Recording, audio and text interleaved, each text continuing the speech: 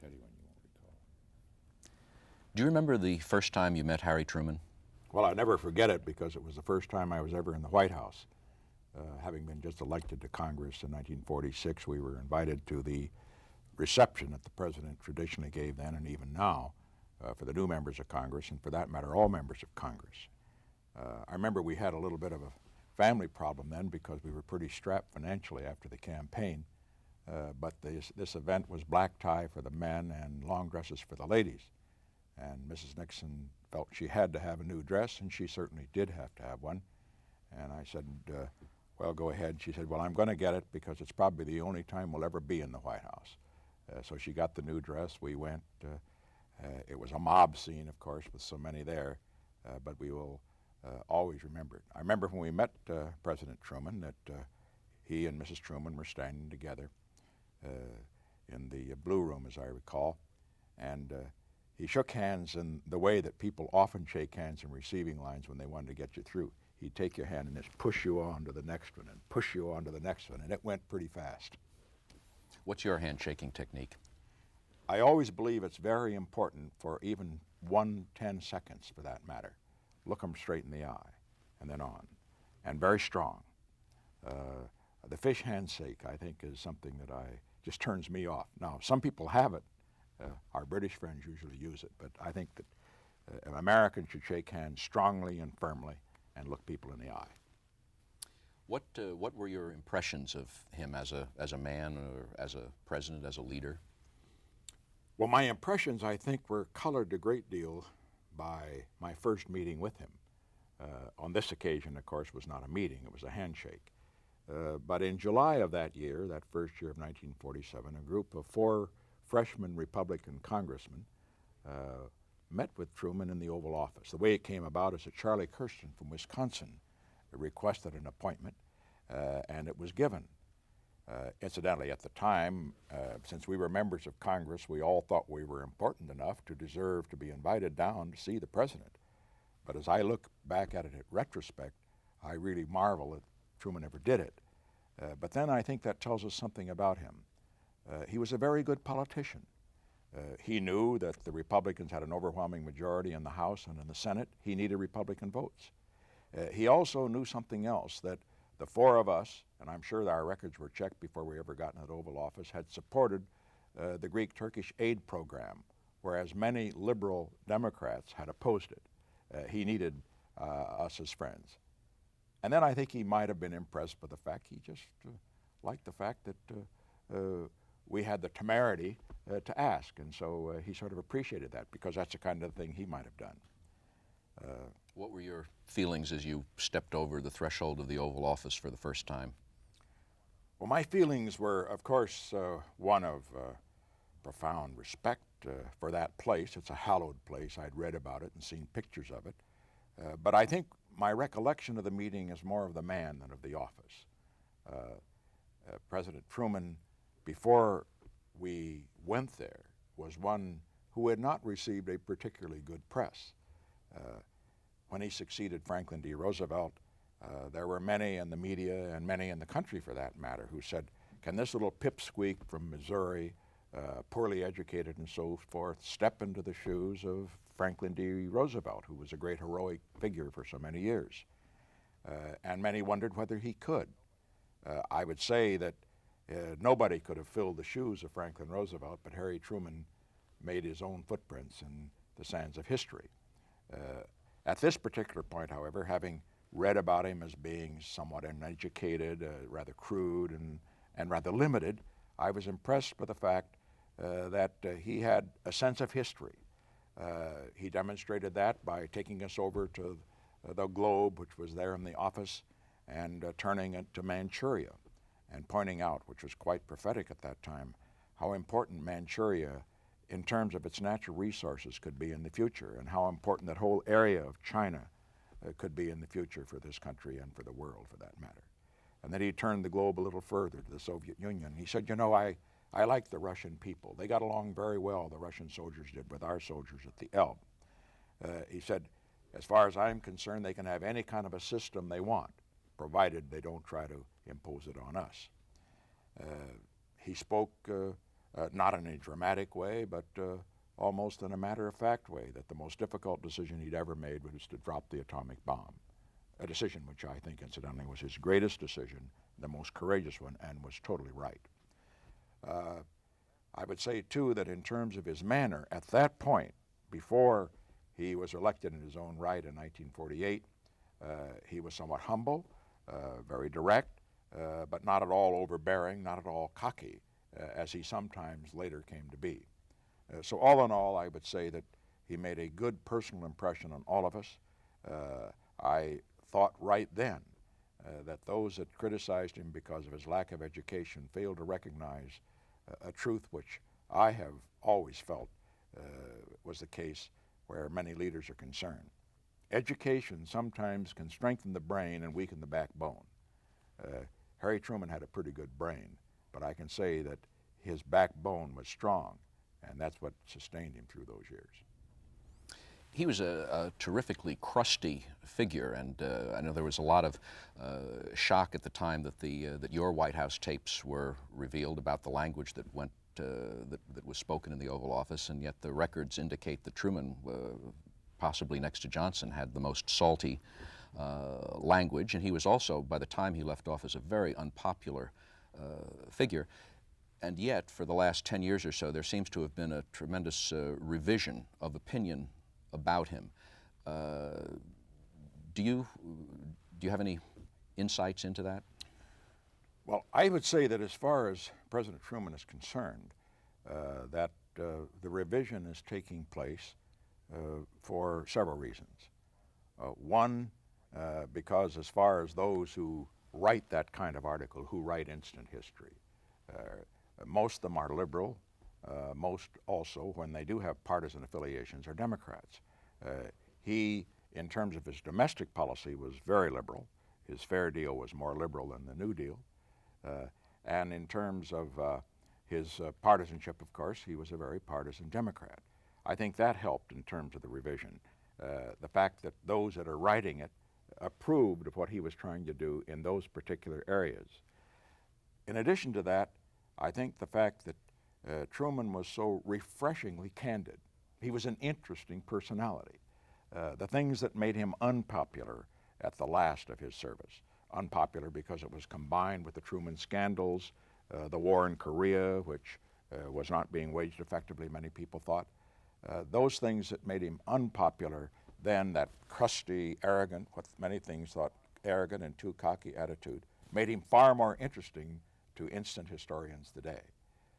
So under the circumstances, I would say that the revision is, that is part of the reason for the revision. Another part of the reason for the revision is that whatever we want to say about President Truman, whatever we want to say about his manners, about the Truman scandals, the mess in Washington, as Adlai Stevenson called it, and so forth, he was a strong president. He made 3 great decisions, and that's what the man's hired for, to make the great decisions. What were the 3? The 3, first, of course, was dropping the bomb, which saved at least 1 million lives, according to experts, if we had gone to take over Japan through conventional arms rather than the nuclear weapon that was available. The second one was the Greek-Turkish aid program, the so-called Truman Doctrine, which later developed into the Marshall Plan. It was unpopular and therefore a difficult decision for him politically because it was unpopular with his liberal wing of his party. But he stood up to them, and with the help of some of us who were Republicans, we got the bipartisan support that was needed. And his third, curiously enough, was going into Korea. Now, I was critical of him, as were many Republicans, and I think properly so, of the way the war was waged at times. But the decision to go in was right. It was necessary, because had the communists been allowed to overrun Korea, Japan would, at that early point, be a sitting duck for communist takeover. So I would say these 3 great decisions are ones that make the revisionism with regard to Harry Truman and his place in history most justifiable. Do you think that there is some kind of inexorable law of presidential revisionism, that if you can wait long enough or live long enough, that distance lends enchantment and reputations are revived? It seems to have happened with Hoover by the time Truman came into office. It happened to Truman by the time you were in office. Do you think it'll happen to Johnson? Yes, perhaps to a less extent and much further on down the road. I should point out, however, in terms of the revisionism by the historians, that it is more likely to happen to one who was a liberal and one who was a Democrat, due to the fact that most historians are liberals, and where they do have party affiliation are Democrats, than it will, for example, to Herbert Hoover. There's been some revision on Herbert Hoover, but not among the elitist. There's been some on Eisenhower, justifiably so, and there should have been long before. But insofar as a place in history for a president is concerned, he has twice as good an opportunity or chance to have a higher place as time goes on if he's a liberal rather than a Democrat. Rather than a Republican? Yeah, rather than a Republican. How long is it going to take for Nixon? Oh, I have no idea about that. I won't speculate.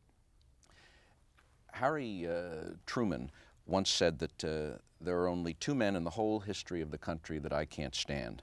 One was a governor of Missouri that he had helped get elected and then screwed him politically. And the other was, guess who? Why do you think he disliked you so much?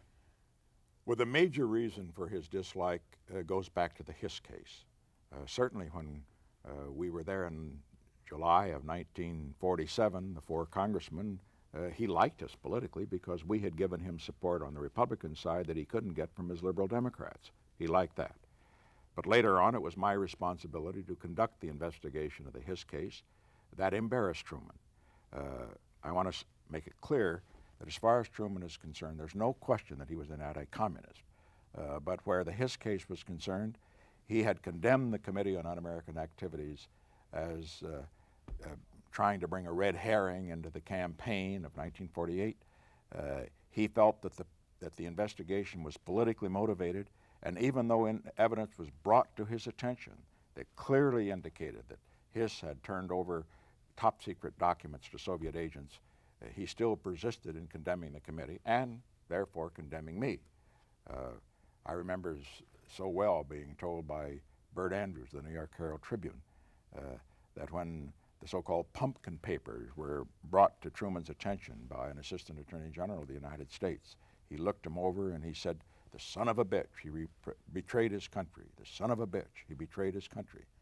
And then he went right out that same day in a press conference and somebody asked him, "Do you still think the investigation is a red herring?" He said, "Yeah, it's a red herring." That's Harry Truman, vintage Harry Truman. Politics in terms of trying to evaluate an investigation of that sort. Didn't he think, though, that you'd added insult to injury by impugning his patriotism, by accusing him of being a traitor? Didn't he carry that on through as something he held against you? He felt that was true. It wasn't true, of course. As far as the Hiss case is concerned, I earned what he gave to me. Earned it. It happened that I was right, and of course there's nothing more difficult for a politician to have somebody else prove him wrong. But beyond that, in this case, it happened that his dislike for me was motivated by a wrong impression of what the facts were. The facts are very clear. In a speech in the 1952 campaign at Texarkana, Texas, I made the point that Truman, Atchison, and others in the current leadership of the Democratic Party were traitors to the high principles in which many of the nation's Democrats believe. I didn't say he was a traitor to the country. And so under the circumstances, it came to his attention. He shorthanded it to traitors to the country and said Nixon called him a traitor, even though several of my friends, who were his friends, tried to set him right. Why do you think an otherwise intelligent, tough-minded man remained impervious to this kind of proof that what you had said was not what he thought you'd said? Because to the end, he carried this idea that you had accused him of being a traitor. Well, it wasn't just me that he was that way with. He was very personal. He just wasn't a Democrat and a partisan Democrat. He was a personal partisan Democrat. For example, he never forgave Eisenhower for the fact that Eisenhower, after Truman urged him to run as a Democrat, proceeded to become a Republican and then to become a Republican president. And that's why he said that very disparaging things about Eisenhower. After praising him earlier, he said, he doesn't know as much about politics as a pig does about Sunday. And so under the circumstances, therefore, he had a tendency I would say that's an indication. In talking about Eisenhower, you could say, well, Eisenhower was a Republican and he was a Democrat. But he had some of the same kind of pithy comments with regard to Adlai Stevenson. He said, he's an indecisive fellow. He doesn't know whether to go to the bathroom or when. He can't decide. So I'd say that Harry Truman had his likes and dislikes, and they became embedded in him. He was one who did not forgive usually. How did Eisenhower feel about him? Was that feeling reciprocated? Oh, it was reciprocated in spades. That's why Eisenhower never had him to the White House in those 8 years. I think it was a mistake not to have had him. For example, I had Johnson and the Kennedy clan and all the rest of the White House when I became president. But on the other hand, Eisenhower also had very strong feelings. When somebody impugned what he thought his intelligence or his integrity or so forth, he didn't forgive him. Do you think Truman disliked you personally? No, I don't think so. I don't think it was a question of personal dislike. I didn't know him that well to dislike me personally. He didn't know you well enough to dislike you, as the saying goes. And the point was that his dislike was basically partisan and political. His case in the first instance, and the view too, I think you have to have in mind that he was a good Democrat fighting for his candidates. Eisenhower was not a target that would be a very attractive one because Eisenhower was too popular. I was carrying the load politically for the Republicans, and so consequently he zeroed in on me, and I zeroed in on him. But I did not become personal with him. I didn't take him on, for example, for some of the things that he did. I attacked the mess in Washington, of course, and so forth. Was Eisenhower a long, hard grudge holder? Was he a good hater? Not a hater. No, that Eisenhower is not, I wouldn't classify him that way the same way you would classify a usual partisan.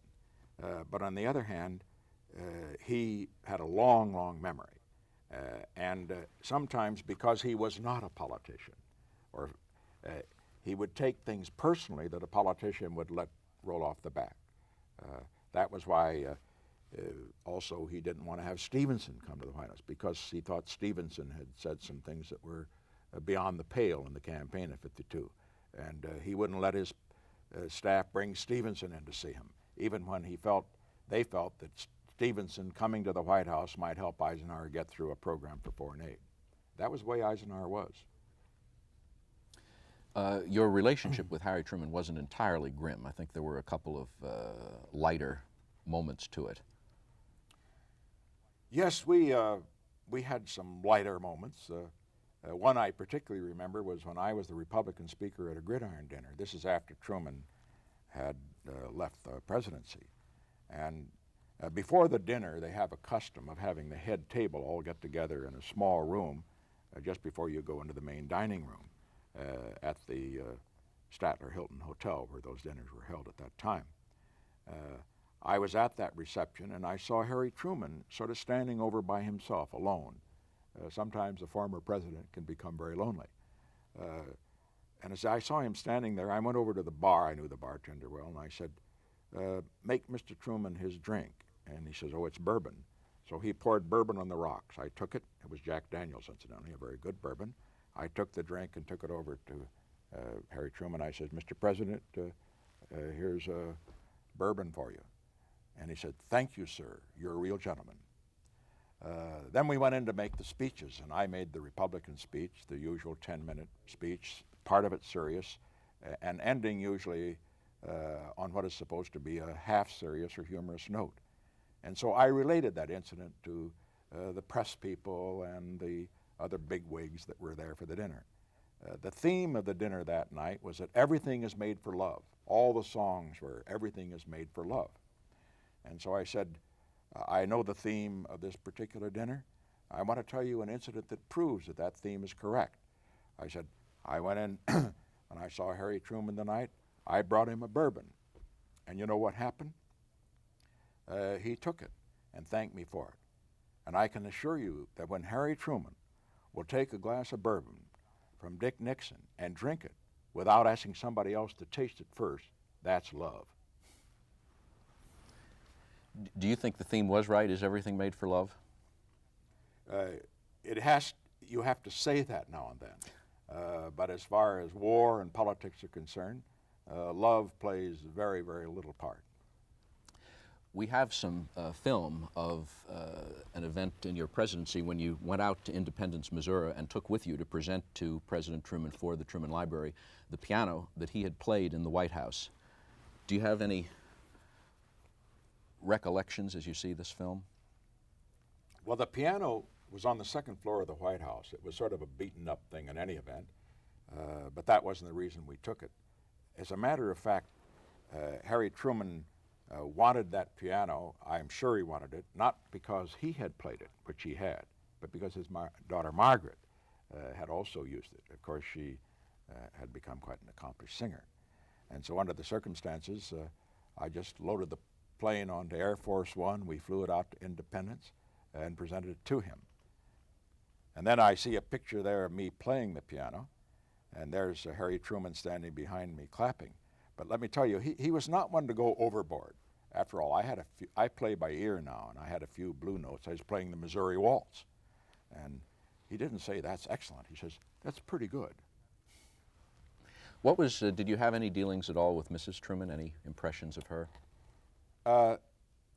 Only at a distance, of course, in meeting her at the White House reception, and meeting her, of course, then, and when I went out to President Truman's funeral. I liked her. She was down to earth, Midwestern, no airs, very strong. I think she was a very good influence on him. Incidentally, in that connection, this may be an apocryphal story, but it's to me one of the most amusing ones. Truman could get very rough in campaigns. They think I'm rough, but I campaigned on issues. I would be rough on people on the issues. But as far as Truman is concerned, he could get very, very personal. And at one point, out on the stump, he said, the Republican platform ought to be a manure spreader. And one of his aides talked to Mrs. Truman, according to this story, and said, "Mrs. Truman, you know, it would be better if you could have him say fertilizer spreader. Manure is a little crude." She said, "Look, you don't know how many years it took before I could get him to say manure."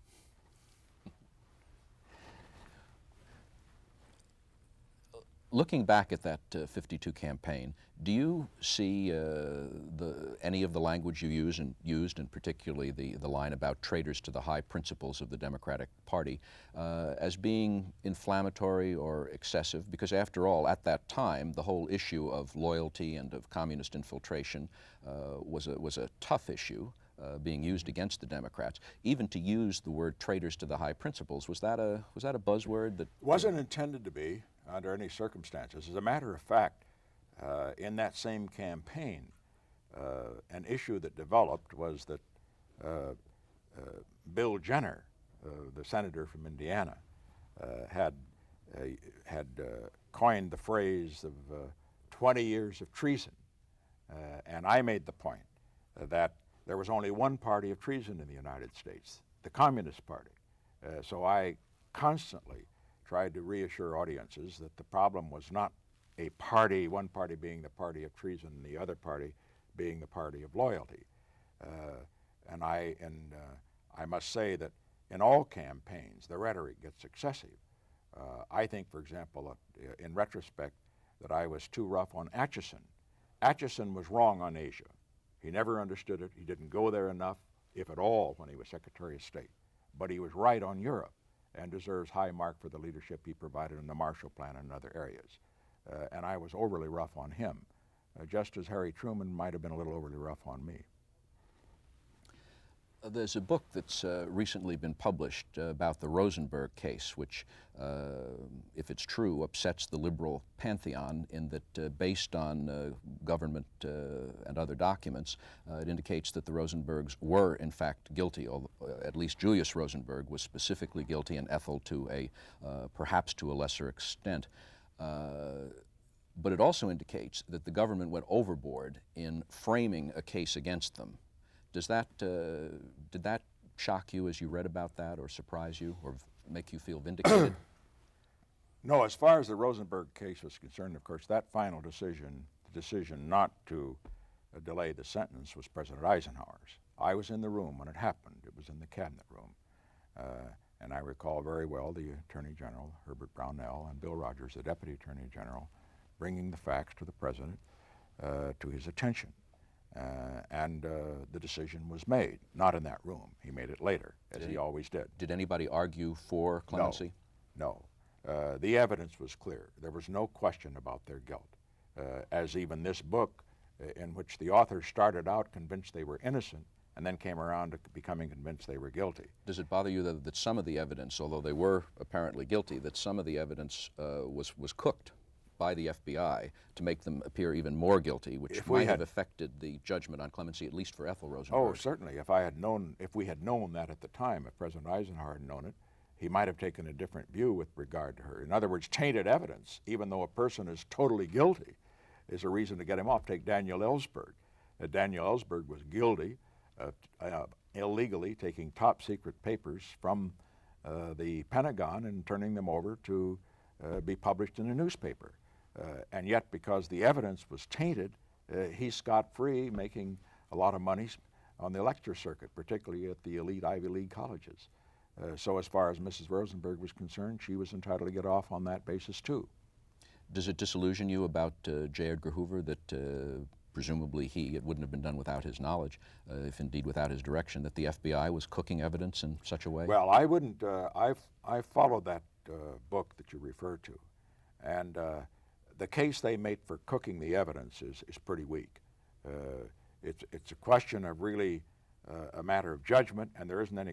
If you look at the times then, if you look at the fact that the Soviet Union acquired the atomic bomb 2 to 3 years before we thought they could, all the evidence points to the fact they wouldn't have gotten it if it hadn't been for not only our atomic spies but the British atomic spies.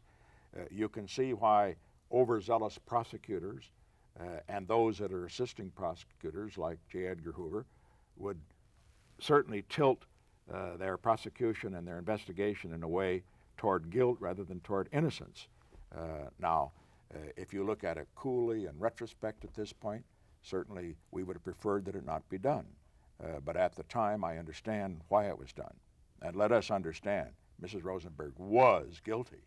This wasn't a case of somebody not guilty going to the chair. Do you remember your first meeting and your first impressions of John Kennedy? Well, our first meeting actually was in the committee. He was a member of the Education and Labor Committee. He was from a liberal district in Massachusetts, and I was a member of that same committee, and I was a conservative Republican from California. In the new Congress, the way you determine seniority for a committee is to draw straws. He drew straws on the Democratic side. He drew the last straw. In other words, he became the low man on the totem pole. I drew straws on the Republican side. There were 7 new members on the Republican side. I got the last straw, number 7. So I was the low member on the Republican side. And as somebody might have put it, we were bookends on that committee, political bookends and literal bookends. On the committee, I learned to respect him, and I think he learned to respect me, because by the time the questioning got around to those of us at the end, all the good questions had been asked. So we really had to do a great deal of work in order to have good, precise questions to ask. We worked together, not conspiratorially, but independently, particularly in questioning labor leaders who had infiltrated labor leaders that are communist-leaning labor leaders that had infiltrated the labor unions. His questioning was extremely good, and independently I had come to similar conclusions, and so we played each other very well at that point. He was a strong anti-communist then? Oh yes, very strong, very strong. Well, later on, because we were members of that committee, we both received an invitation with no honorariums, incidentally, and this was before the days of honorariums of any significance. Frank Buchanan, I remember him so well, a silver-haired, liberal Democratic congressman from McKeesport, Pennsylvania, right outside of Pittsburgh, said there's a big civic dinner up there that they wanted to have the Taft-Hartley bill, which I had supported and Kennedy had opposed. They wanted to have it debated and wondered if we would go up and debate it. Well, independently, he agreed to do so, and I agreed to do so. And so we went up to McKeesport, Pennsylvania. I don't recall the debate. I don't think anybody that was there would particularly recall it because we were nothing then. We were just a couple of junior senators. I think most of those who were there, because the audience was primarily business-oriented, although some labor leaders were there as well, most of them agreed that I had perhaps had a bit better of the argument. I think I had the better of it because I think I had the better case. And incidentally, I don't think he had his heart in that case either. While he came from a liberal Democratic district, he was concerned about the excesses that some labor unions had been guilty of, and he wanted some restraints on them. Well, the debate was over, and it was late at night, and that's before there were good airplane flights from Pittsburgh to Washington, and so we took the night sleeper train. I can remember very well that particular occasion. And again, we had to do some drawing of straws because the only two bunks left were in the same compartment, an upper and a lower. And I drew and he drew, and this time I won. I got the lower berth, he got the upper berth. Didn't make a lot of difference because we didn't sleep all the way back. We talked, and mainly about what we agreed on. You always do that when you're in Congress and with people that are personal friends or political opponents.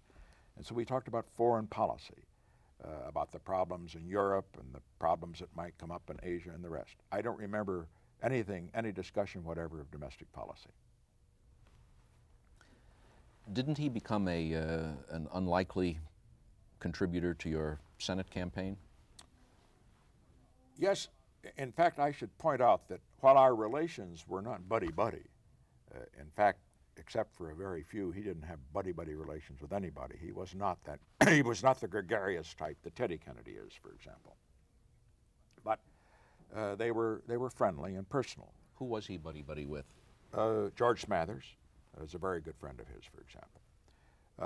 I would say, however, that in terms of his our personal relationship, I could summarize it this way. He invited me, or I should say Eunice Kennedy, his sister, who was his official hostess before he got married, to his home, his Georgetown home, for a stag dinner, or I think there may have been another one as well. And they were very gracious, and the conversation was very spirited.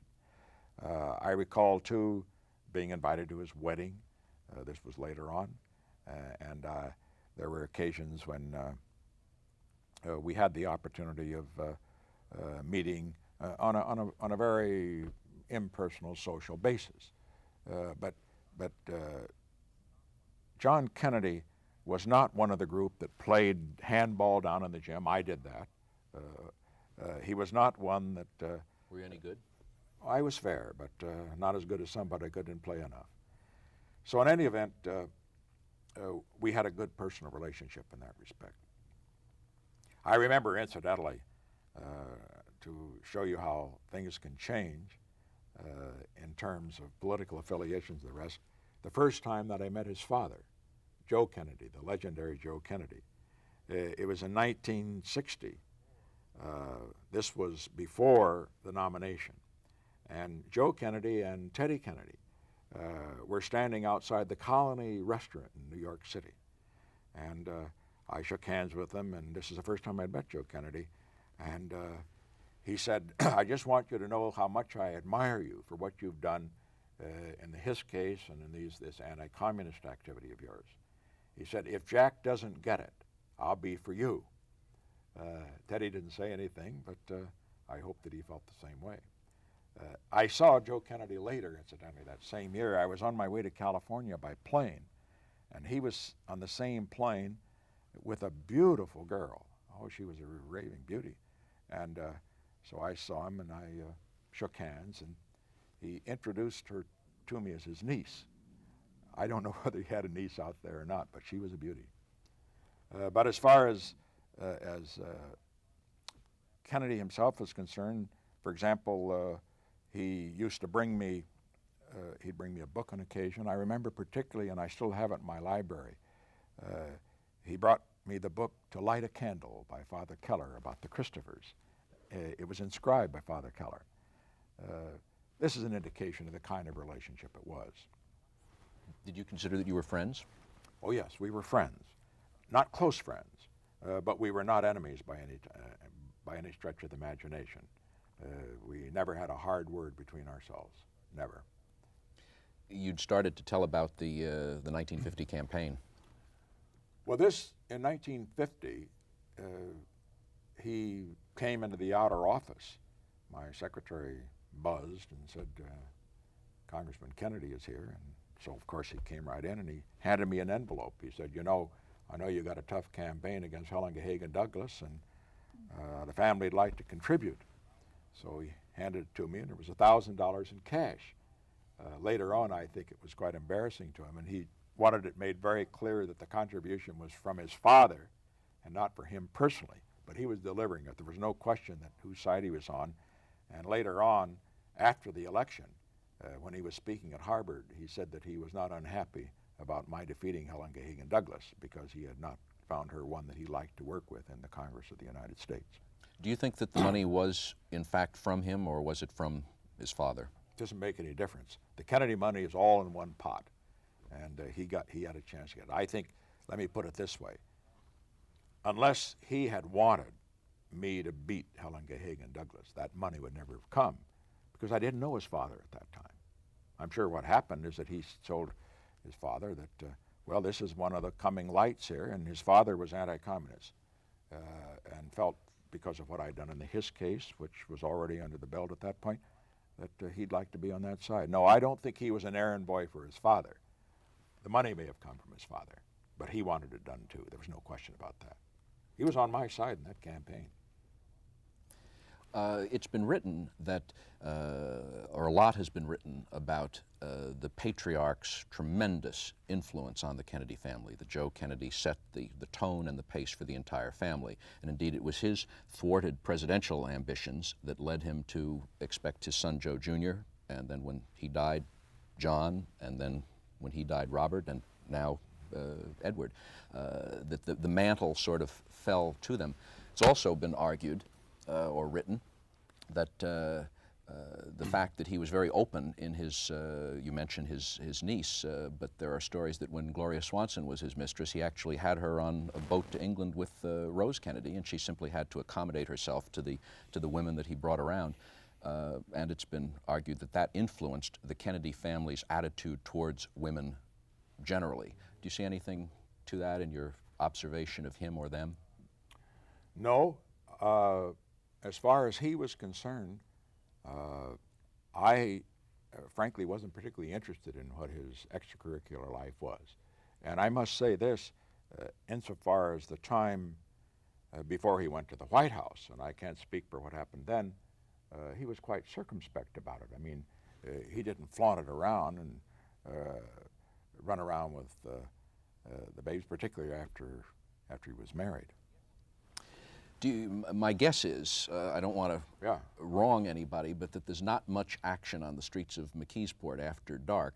But after that debate, or in your experiences with him at that time, did you see, with John Kennedy, did you see any of the ladies' man that the reports subsequently indicated were there?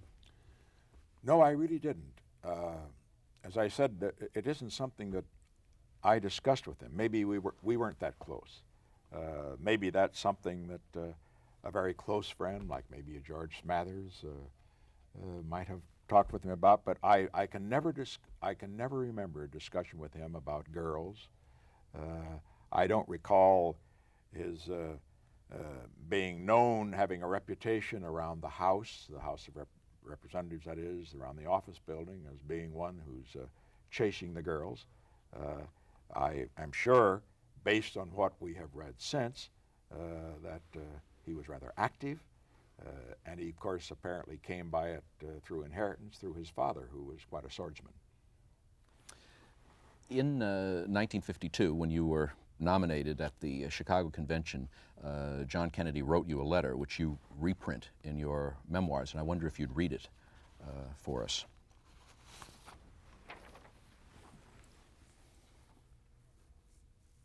This is a handwritten letter, incidentally. Dear Dick, I was tremendously pleased that the convention selected you for vice president. I was always convinced that you would move ahead to the top, but I never thought it would come this quickly. You were an ideal selection and will bring a great deal of strength to the ticket. Please give my best wishes to your wife.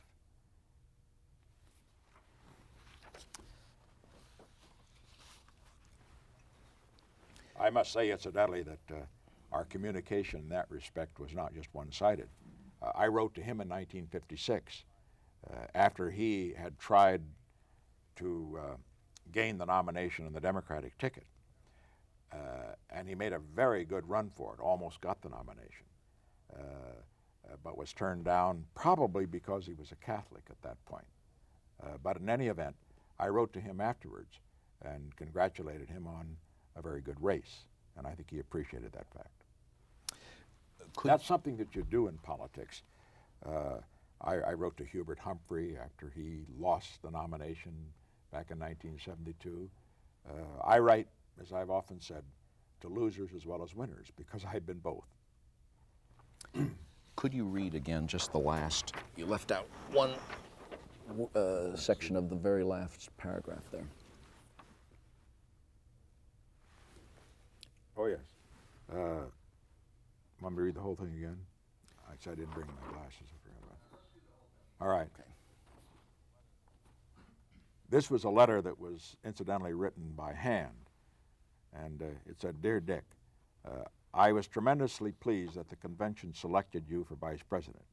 I was always convinced you would move ahead of the top, but I never thought you could come this quickly. No, that's right. Dear Dick, I was tremendously pleased that the convention selected you for vice president. I was always convinced that you would move ahead of the top, but I never thought it would come this quickly. You were an ideal selection and will bring great strength to the ticket. Please give my best to your wife and all kinds of good luck to you.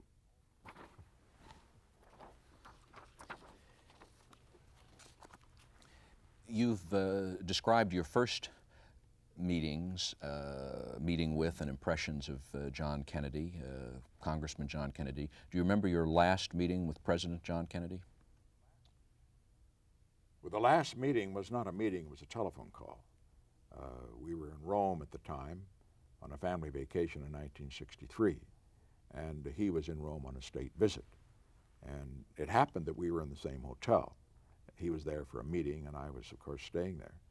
And he called on the phone. It was just a friendly call. Said he hoped we'd have a good vacation, and I wished him good luck. And 6 weeks later, of course, he was dead. Do you remember how you heard about his death? For one generation of Americans, just like for an earlier one, everybody remembers where they were when FDR died, and in your generation, in my generation, I think everybody remembers where they were when they heard about President Kennedy's death. Do you remember? Oh, yes. I was in a taxi cab. I had been in Dallas that very morning, as a matter of fact. I'd been out there for a board meeting of the Pepsi-Cola company, of which our firm was general counsel. And I remember driving through the streets of Dallas. They were deserted, and the barricades were up for the parade that was to go through the city. I got a cab from the airport, was driving in, and I think it was right at the 59th Street bridge, from Queens on 59th, strike that. I remember that our cab was stopped in Queens, just as you come into 59th Street, and at a stoplight. And a man ran over from the curb and said to the cab driver, "Do you have a radio in your car?" I said, "No." He said, "President Kennedy's just been shot." Well, we didn't have a radio, and the cab went on, and all the way back in, took another 20, 25 minutes before we got to the apartment. I wondered, what in the world has happened? So we got into the apartment, and I immediately got on the phone. I got J. Edgar Hoover on the line. And I said, "What happened? Who was it? One of the right-wing nuts?" And Hoover responded, "No, it was a communist. He never said communist. He always said communist. And that's how I learned it. Didn't, you've written that he later told you that you might have been the target. Yes, Hoover told me later that Mrs. Oswald said that she locked her husband the day before into the bathroom because he had a gun and said he was going to get me because, of course, I happened to be in Dallas the day before at this board meeting. Apparently, if this story is true, and I have no reason to believe that Edgar Hoover made it up, it means that this man was a little bit off his rocker and was out to get anybody that he thought was possibly against what he stood for. What was your personal reaction when you found that President Kennedy was in fact dead?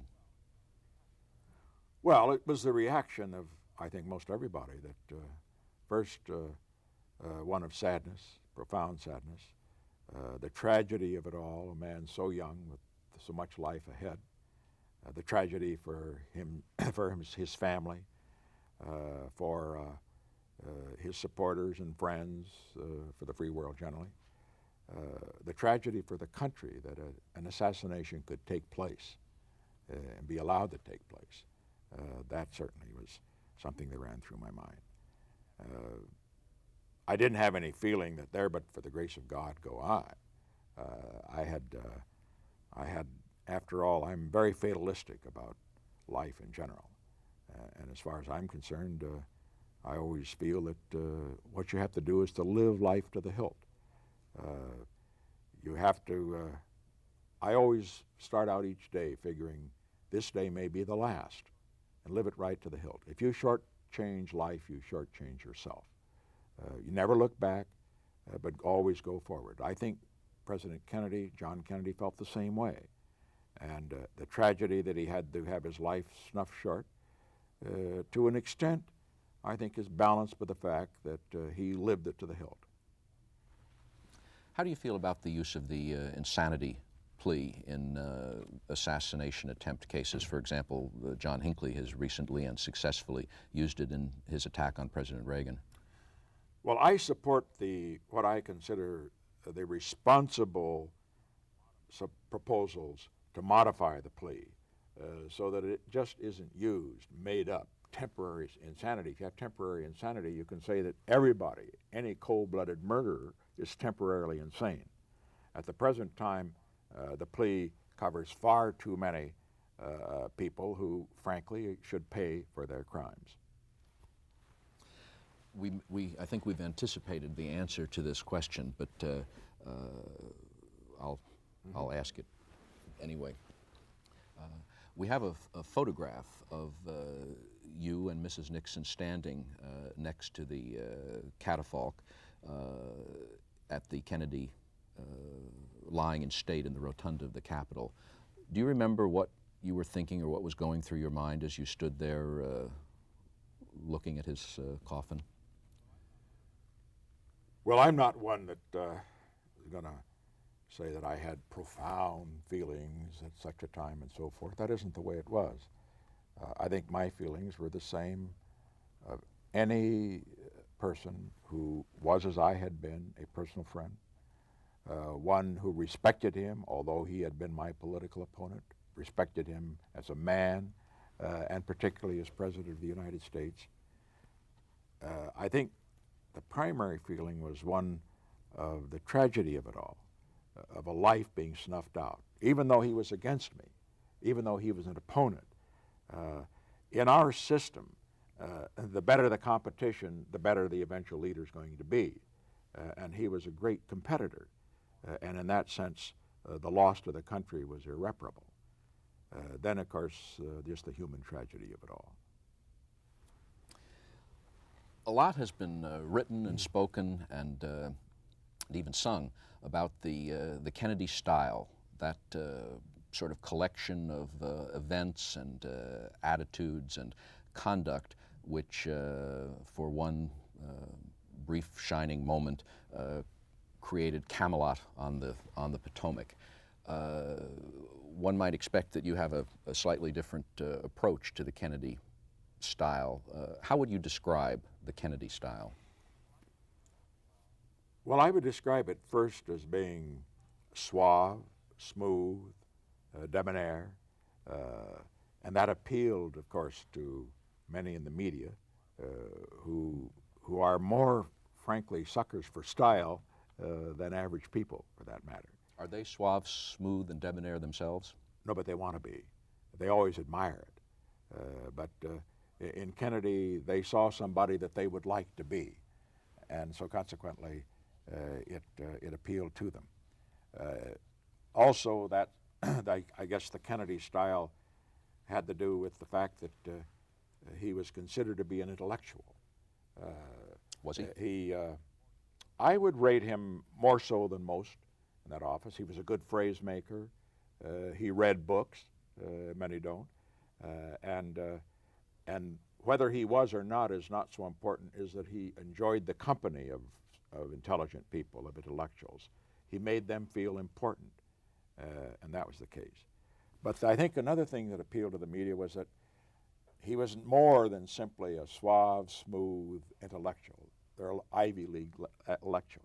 He was Ivy League, but he was also Boston Irish, and that was a big difference. I think the fact that John Kennedy very much approved of the designation that was given to him by Joe Alsop tells us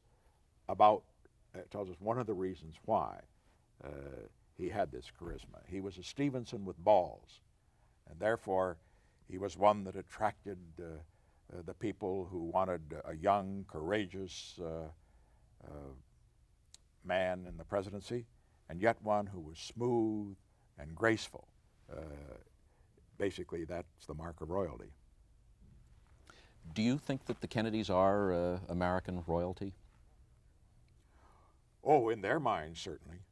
And I think that tells part of the story. And in the minds of many of the media, yes. Nothing else can explain the way that Teddy Kennedy, despite the defeats he has suffered and despite his background, is still a very formidable potential candidate for President of the United States. It's the Kennedy mystique. It's still there. It's going to last as long as one of them's living. Do you think that Americans long for the grandeur and the pageantry and the security of a royal family? Do they look for that in leaders? Some do, yes. Is that whether healthy? a majority do or not. I don't think it's particularly unhealthy. It depends on how it's really defined. I would say that generally speaking, you find that many Americans, that they want their leaders to be somebody different from themselves. The present-day politician thinks that the way to lead is to be like the other people, just to be like the man next door. Well, people aren't going to vote for the man next door. They want their leader to be somebody who is different, bigger than life, different from themselves, not one that is like them. Some of the Kennedy people, in fact, Arthur Schlesinger Jr. Is the man who gave it the phrase, have said that the Nixon presidency was an imperial presidency. Was that your attempt to give the American people that aspect of a royal family in your kind of leadership? No, I would say the Kennedy presidency is the one that qualifies as the imperial presidency more than any other. It had the glamour. It had the trappings, it had the phrases and so forth of the imperial presidency. I think in our case, we tried to run the office in a way that was dignified, but not in a way that made it necessary for people to bow down and in effect treat us as the royalty. I never thought of it that way. I think the real point of the Schlesinger book was that your administration's use of power, your approach to the power of the office was an imperial one. How would you compare your approach to power and your administration's approach to power to the Kennedy administration's approach to power? Ineffective. Which was ineffective? Oh, ours. Compared to theirs? Oh, yes. They really know how to use power, and they used it ruthlessly. Well, let's use a couple of examples. You heard about wiretapping, and people would think that The first time anybody was ever wiretapped was in our administration. Now, this is going to surprise a lot of people, but the highest number of wiretaps, even higher than those that were necessarily applied for national security purposes in the Korean War, and those that were applied for national security purposes in the Vietnam War, the highest number of national security so-called wiretaps was in 1963 by Bobby Kennedy when he was Attorney General for John F. Kennedy. And they used the wiretaps for what I would say were questionable national security purposes. For example, they wiretapped one reporter that they found was writing a book on Marilyn Monroe that might have some derogatory comments about Kennedy's in them. I don't think you can find any of that in our case. Some of ours may not have, should not have been applied, but we tried to have a national security justification for them. Leaks, for example, of classified material was the primary reason we had for wiretapping. The handling of the press, for example. There's a great deal of discussion about the fact that we were trying to use the power of the presidency to silence the press and so forth. But let's look at how they used it so effectively. A story appeared, apparently, carried on CBS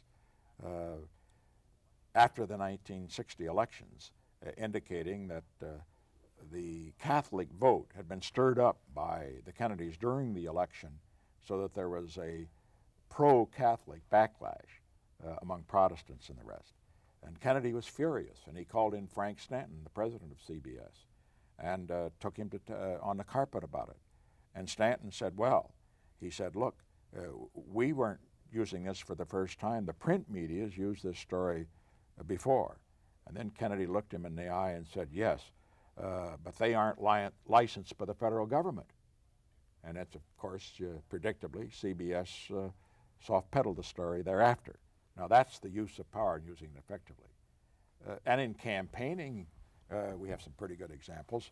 I think of Dick Tuck and others like him, what they did, the way they would foul up schedules, the way they'd have demonstrators and hecklers and so forth to follow us around in the campaign trail. And they made poor Donald Segretti and his little group of collegiate people look like the amateur hour.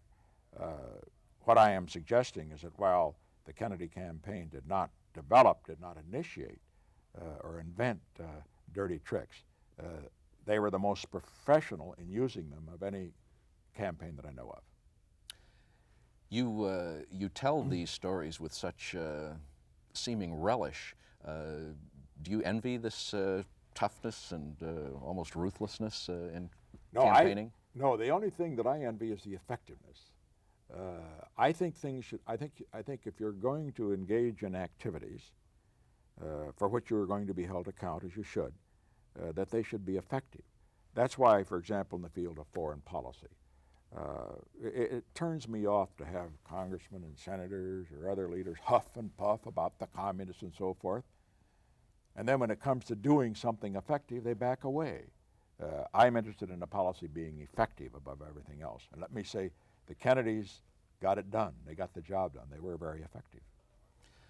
There are those who argue that President Reagan is not